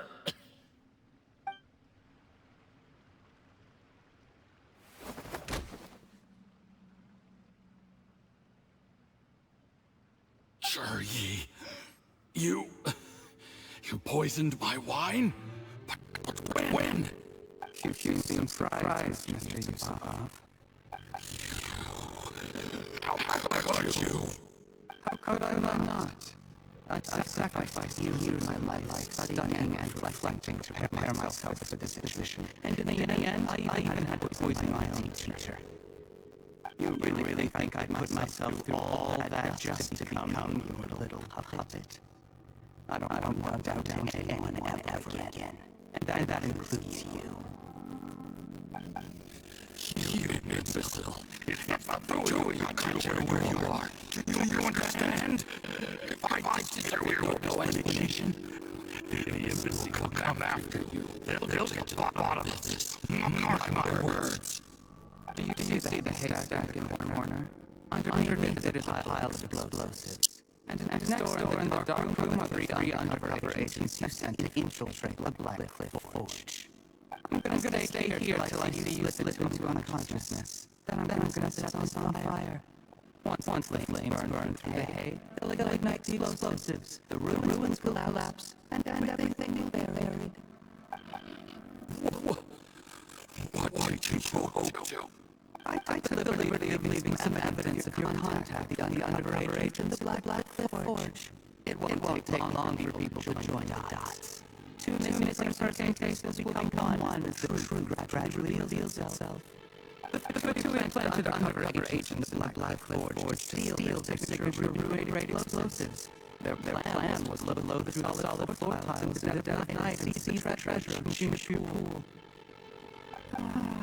But things didn't quite go to plan.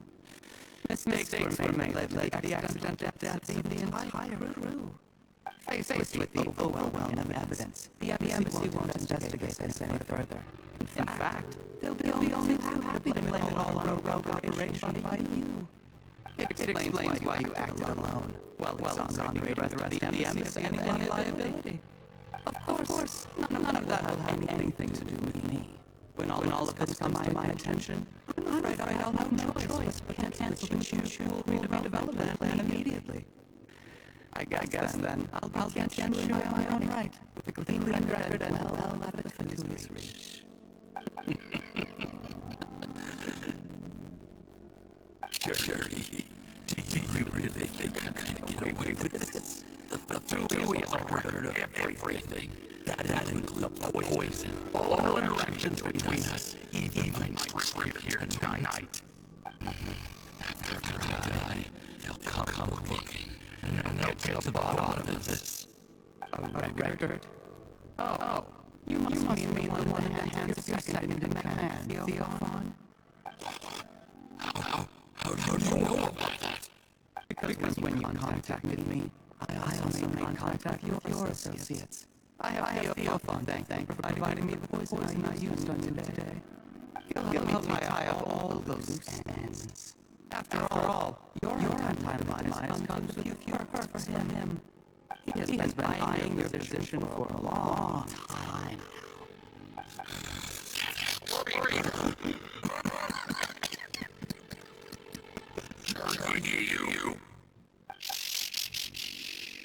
Relax.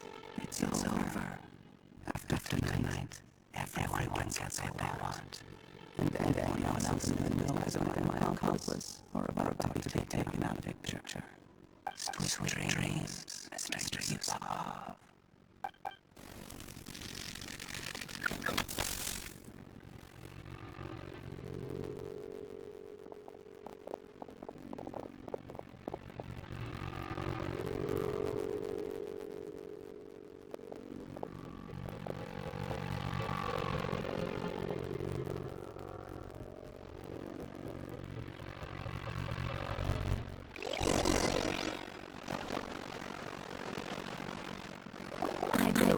Surveying the railway here and found you'd left yourself free escape routes in case went south.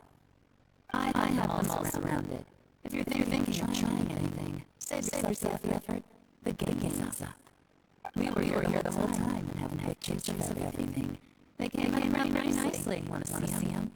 The game's up? Forgive me, I'm not sure what you're referring to, Miss Yelan. I had to discover a Fitui operation here, so I approached them on the pretext of joining forces and eventually brought them down from within. If it pleases you, Miss Yelan, I'd be only too happy to have you join me in investigating this matter. This is how you want to play it, huh? Fine. You do you. All we need you to convict you is establish the poison in his system is the same as Uncle Tien's. Nothing else you want to add? Let's get her there then. Time to go. One wrong move and it all comes crashing down. I should have been more careful.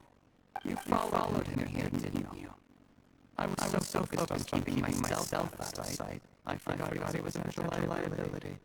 Let's talk about this, Yelan. I gave you my word that I would live up to the Genshin name, and that much I can still guarantee. Your point being, when I take office, I can guarantee that I will act in your best interests. In fact, all of you here tonight can expect very generous treatment in the future. I don't deny that I used underhanded methods to get here. But given my lowly origins, what other choice did I have? You still don't get it, do you? Even now. What do you think? Exactly. Jerky, clever people always come up with a good excuse. But while you might be able to get other people to believe you, you'll never be able to fix yourself. There's nothing wrong wanting to win other people's respect, but when has Tien ever looked down on you? He was like a teacher and a father to you. You should repay that by poisoning him.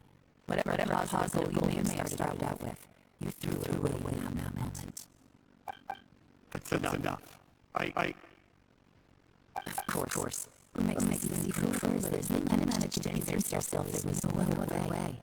Uncle Tien was always going to give you this opportunity, even if you've done nothing at all. But if everyone in the world trust him most. So much that he drank your fish without doubting not one second. That's enough. It's enough.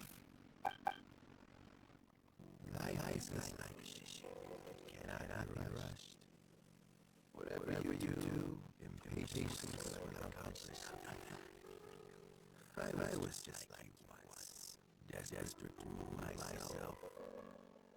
Later I realized things do not always turn out the way you plan. But you have to keep on and carry on.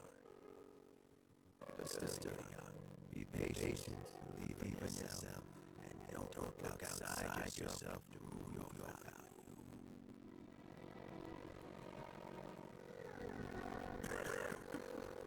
The jury. It's been a long time since I last paid you a visit.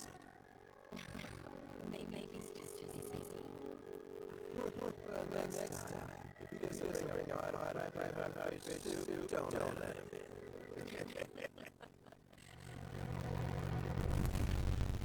Whatever you were thinking about while having your time over in prison. Oh, I almost forgot. If the two of you find out half a day, prison might not turn out to be a safe place for you.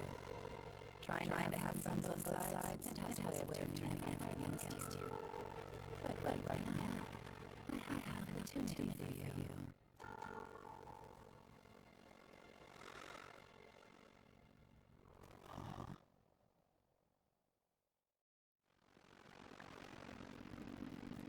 Sorry, things are about to get extremely busy. Let's meet at Genshin house tomorrow morning. I'll have someone remove the explosives. Then there's something I hope you'll see. No, it could be dangerous. You should leave this one to professionals. Don't worry, as long as they're willing to cooperate, this will be a straightforward deal. Get some rest. See you tomorrow.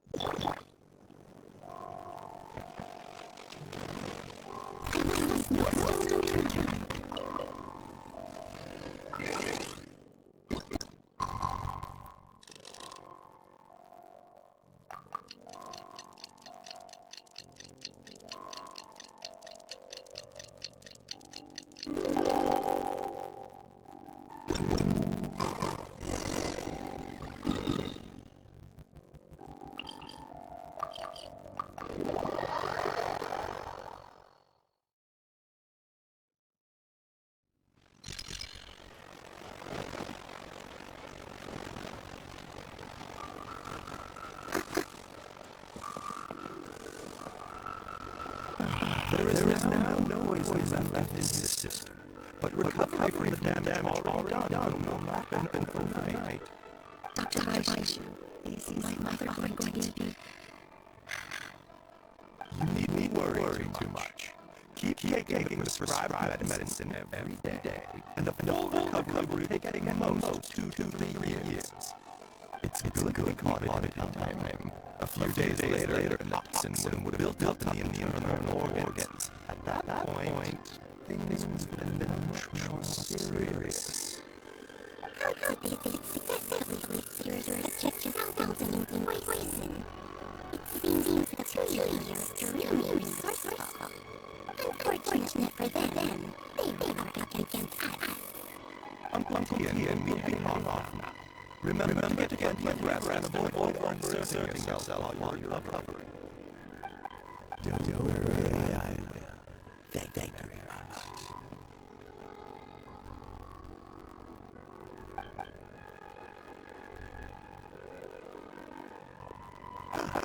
You're here too.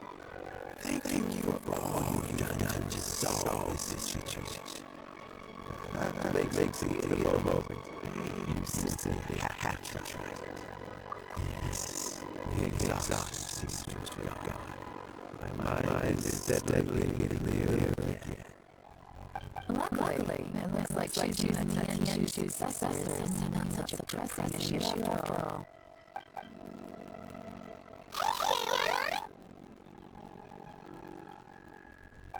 My work is mostly wrapped up, so I thought I'd take a minute to check in here. The assessment process comes to an end here at Uncle Tian. In my opinion, jury is not suitable for the position. But Shenwei and Ming both have potential. You have my gratitude. People can change their loyalties easily. I've always known this. But whenever it happens, it's still a dismal experience. Is it just my or is Uncle Tian not surprised? Don't underestimate Uncle Tian. He wouldn't know until he is assessment officer if he hadn't his doubts about jury. Normally, the UFO pavilion would be responsible for assessing the candidates. Isn't that right, Uncle Tian? Yes, to be quite honest, I wanted to try my best early. I have to be responsible for the position of Tianju. When I'm first measuring, I wondered if he had approached with a hidden agenda. So I secretly investigated him. I concluded that he had no ulterior motives whatsoever. Just as ordinary fish had. Yes, even he changed. I never had any plans to recommend him directly, but I always hated to give him a chance to compete on that plane. Family background, fame, everything, many people. But I don't attach great importance to him. I had no reputation to speak of when I was working at Tianju. I realized I'd gone to use assistance home and that feelings. What I really admired about Yuri was his intelligence and resilience. I have to admit, he's a smart guy and very cautious. The intel suggests that the two we saw him is very low risk, but Jury was still extremely careful with poisoning. He chose that specific liquor from Qixing kiosk because the fiery flavor would mask the bitterness of the poison, and he chose to wait until the Fatui official was drunk and had his guard down before delivering it to him. He also installed a secret compartment in the wine pot to hold the poison. As the amount of liquor went down, he'd shake the pot to release the poison from the compartment into the liquor.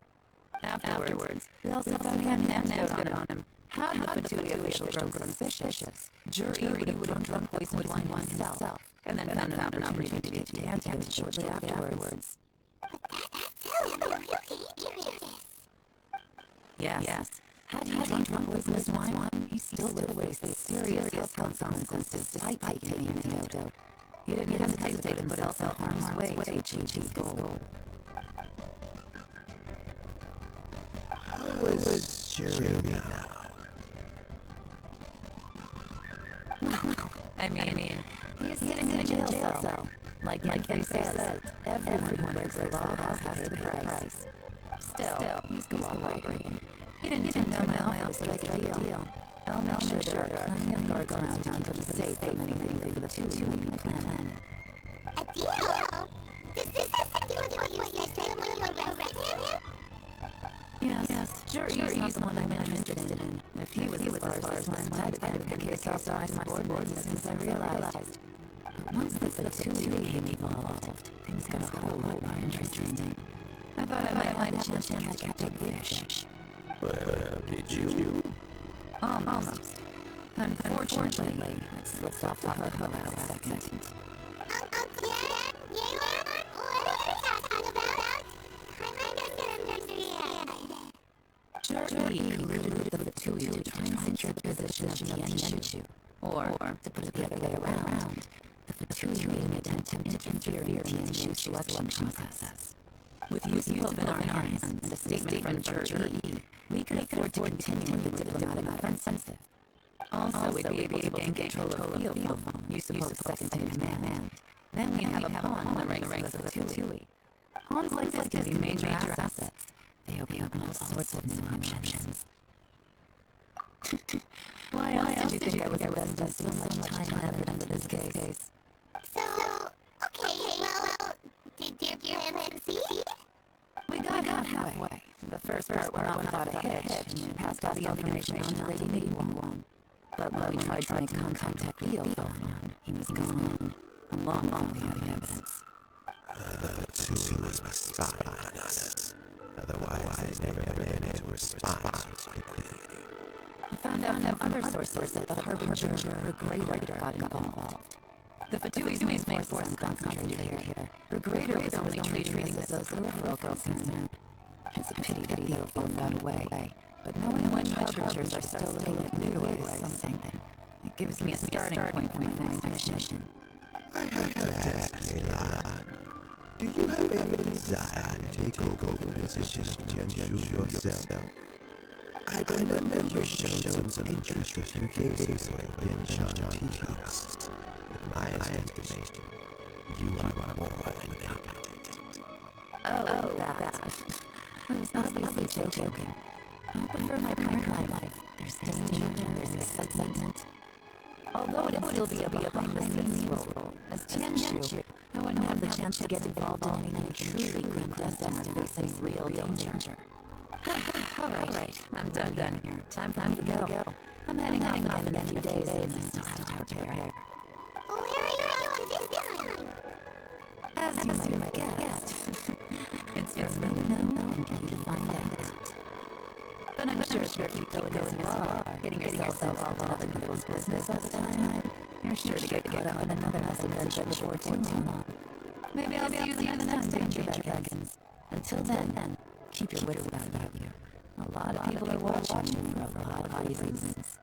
If you have any more questions, just ask Uncle Tian. After the reasons from that, I'd say he owes you one, wouldn't you?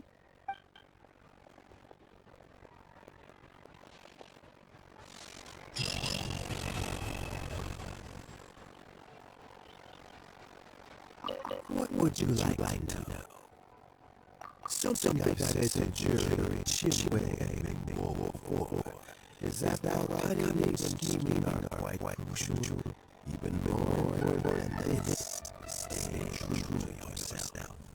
Jury and Master used to saw each other as a means to an end. They thought that if they just they would emerge to find a victim.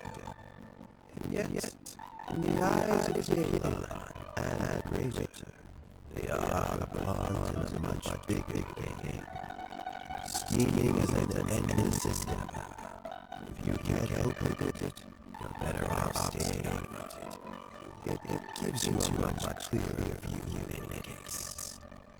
Everyone has self-interest, but you cannot let it be your master.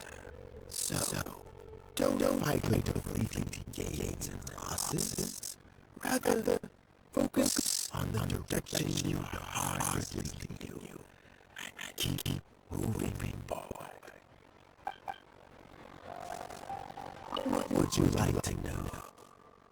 I first met Yelan when she was very young. Even back then, she was extremely tough, and she kept her cards close to her chest. An old friend of mine once privately commented to me that Yelan is always smiling, but never with her eyes. She is a very dangerous person. But I know she would never hurt the people she trusts. What would you like to know? Regrator is the 9th of the Fatui Harbingers, though likely the first among them where wealth is concerned. However, his wealth is not a mere question of how much more he has to his name. He has a very unique understanding of wealth, and what he's planning may very well shake the world to its core. Beyond that, I don't have a lot of information about him. If you need to know more in the future, you can ask Ningguang. What would you like to know?